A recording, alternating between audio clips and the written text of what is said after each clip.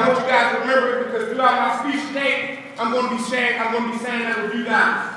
I started off my life, the youngest out of 10 children. My father was an alcoholic. He was abusive. He used to beat on us and my mom for anything. Like, he used to beat on us and just walking down the steps with no socks on. Take stuff out of the refrigerator.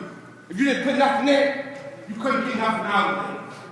I remember this one day, he beat on my mom so bad that I had to put pillows over my ears just to go to sleep.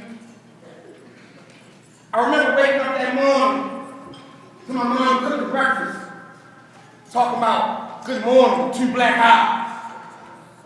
It wasn't no good morning for me. I used to go to school and just be really angry and just fight. This is the moment that I should have reached out to somebody to help me get through my pain. I should have talked to somebody about what I was going through, but I didn't. So I kept going to school and kept fighting 102 people. A young man named Ron and a girl named Brittany. Ron was that kid that was like 16 years old in the 8th grade. But a lot of people didn't know that they knew Rodney in the neighborhood as the dope boy because he was selling drugs. But a lot of people didn't know that the reason why he was selling drugs is because he had 2 parents and both of them were strung out on drugs. So he was basically trying to take care of himself. Brittany was the total opposite from all of us. She was that good as you girl, first one to come to school and the last one to leave. But what a lot of people didn't realize is the reason why Brittany was the first person to come to school and the last one to leave because she was being molested. She was being molested by her uncle. So the teachers kept telling Brittany, why you keep being with those guys? Why you keep being with them? But they didn't realize that we all shared the same thing that kept us in common. That one thing was pain. This is the moment I realized as I went to high school, the reason why you should always be where you're supposed to be. Because this one moment, I was in high school, I convinced my best friend Rodney, I said, come on man, let's hook class, let's hook school. Come with me. And he said, all right, come on. So Rodney came with me and we went to shoot dice. See, y'all kind of young, so the young people may not know what CeeLo is, but I know the older crowd, y'all know what CeeLo is, right? So we shooting dice.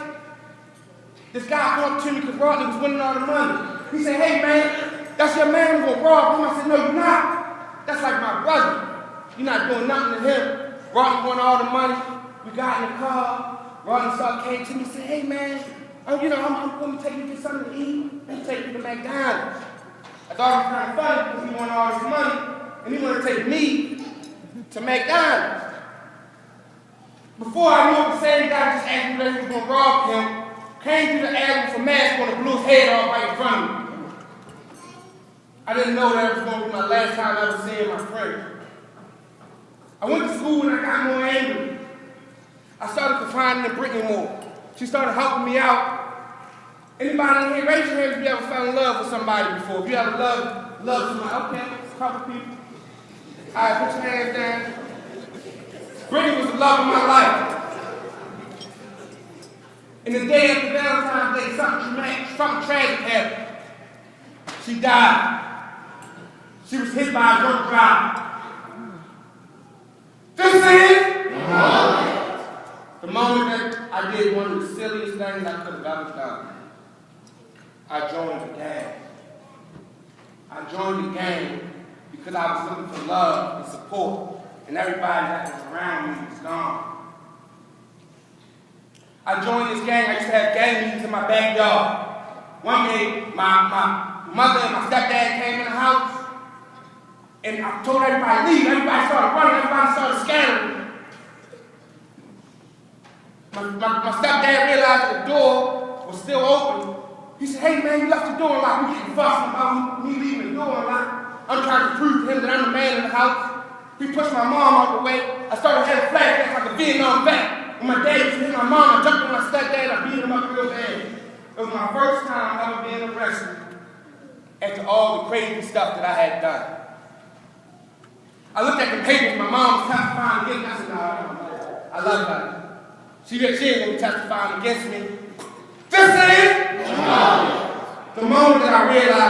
crazy stuff that I was doing was impacting somebody that I loved, which was my mom.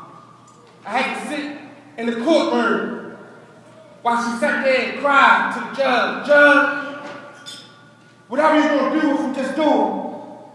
I tried everything. I tried counseling. He ain't listening to counselors. I tried mentors, older brothers, sisters, talk to him. Nobody's working with this young man. Take it. The judge cut me on the biggest break. They let me go, but they also didn't cut me a big break at the same time because they put a restraining order against my mom. I couldn't see my mom that I lived with, that I loved for a year. During that time, I was homeless. I had nowhere to go. I was sleeping from friend house, sometimes from crack house, sometimes on bus stops. I ran across the young lady, Miss Raketa, and she offered me a job as a teacher's assistant. And I was like, wow, you want me to be a teacher? I thought that was kind of crazy, but she saw something in me that I didn't see in myself. And so I'm working in school, I'm teaching kids, so I got everybody coming up to me and saying, hey man, you know that guy, Mr. Lee, he's amazing. But the one thing that I was too much of a coward because I still didn't change. I was playing the fiddle. So I Mr. Lee on the daytime, my friends know me as BJ, so I would still go around the same way, hang with the same knuckleheads, doing the same thing. I used to fight all the time. I got locked up 5 times in 1 year, and all of them was for assault because I was too scared to change. Too much of a coward to let my friends know that I was now changing. I got in this one fight. I remember this one fight like it was yesterday. I went to a club, partying, drinking, thinking I'm slick, thinking I'm cool. Next thing you know, I see some people that I had beat up a while back. They see them, we get the fussing, the bounce, put them out, they left me in. After the club, I walked to a parking garage. Who would have ever thought I would run into the same people again? The same people that just got put out the club to fight, for me fighting. I run across them again. They say, hey man, what's up? I'm like, what's up? So they run to me, I run to them. I get sprayed with mace. I couldn't see nothing. I hear commotion. I'm just walking, trying to walk away from the commotion. As I'm walking down the ramp, I hear a lot of screaming, a lot of fighting. I'm just trying to get away. I run across 2 guys. 2 guys like, man, you know what time it is, kick it out. I'm like, man, I don't know what you talking about. I ain't kicking nothing out. Where I'm from, back before the sun, he punched me in the head. I grabbed his shirt. Every time I would hit him, it would sound like this. Boom, boom. Boom, boom. Boom, boom. I hear people shooting, people screaming, running. Somebody in here shooting. See, I knew people would shoot. I just didn't know I was the one being shot. I saw a police officer in my blood, and I said, man, can you help me? She said, sir, you need to sit on the ground. You've been shot in your heart.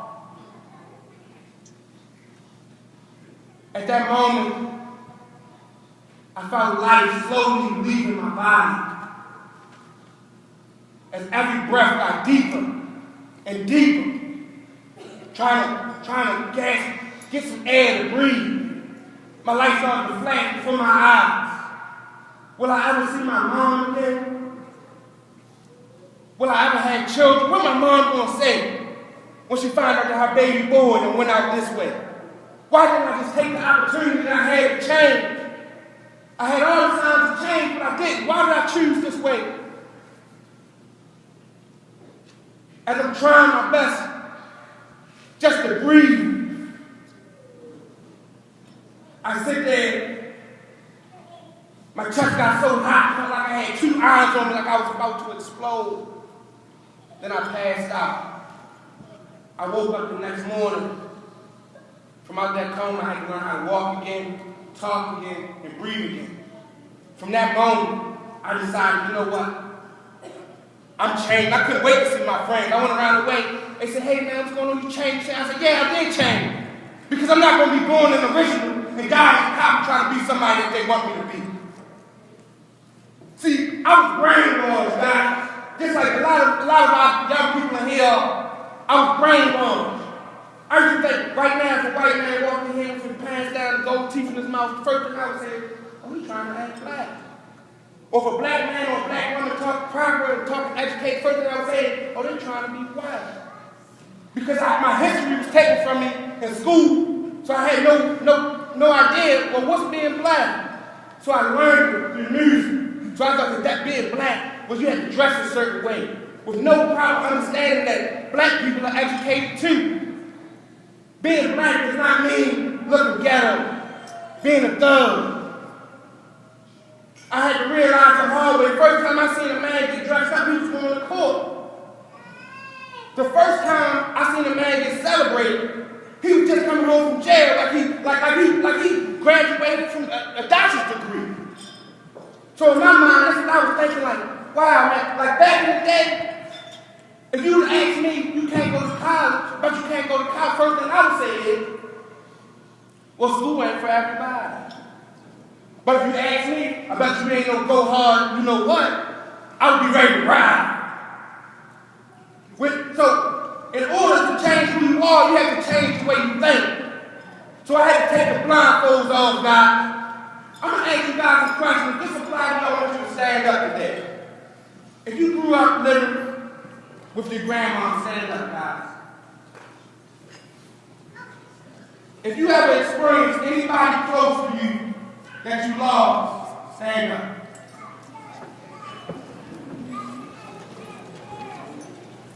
If you ever experienced any type of sadness in your life before, you felt alone, stand up. I want you guys to look around you guys. All of us have been through some struggle, so I understand how you feel. It's like we're taught to find ourselves in the things that leave us lost. It's like we're taught to fulfill ourselves in the things that leave us empty. It's like we're searching for strength in the things that break us down. It's like your life is this crowded room and you still feel alone. It's like everybody loves you, but you still hate yourself. It's like you're looking for life with the things that don't make you feel alive. I've been there. I'm here today to tell you guys, this is the moment. The moment that I want you guys to realize you can become anything that you want to be. And you don't let nobody change your thoughts. Since I've changed, since I've changed turning my life around, I went to college, certified as a behavior specialist. I brought it back to a school called City Springs in the hood, where it's 98% poverty. I dropped suspension from 150 to 80, from 80 to 50, from 50 to 5. I won the Key Staff Member of the Year award from the state of Maryland. I was invited to the White House to speak on the behalf of children with incarcerated parents and why it's important to have mentors. I just recently was crowned Baltimore's Hometown Hero Award for all the things I do in the community. And I go around speaking because I'm trying to break the cycle. And I want you guys to look at life differently than the way that I used to think. This is the moment. The moment I want you guys to realize that this is it. You guys can be whatever you want to be. So believe in yourself. And don't listen to no peer pressure because it all starts with you. Change the way you think so you can change the way you live. Thank you guys for having me.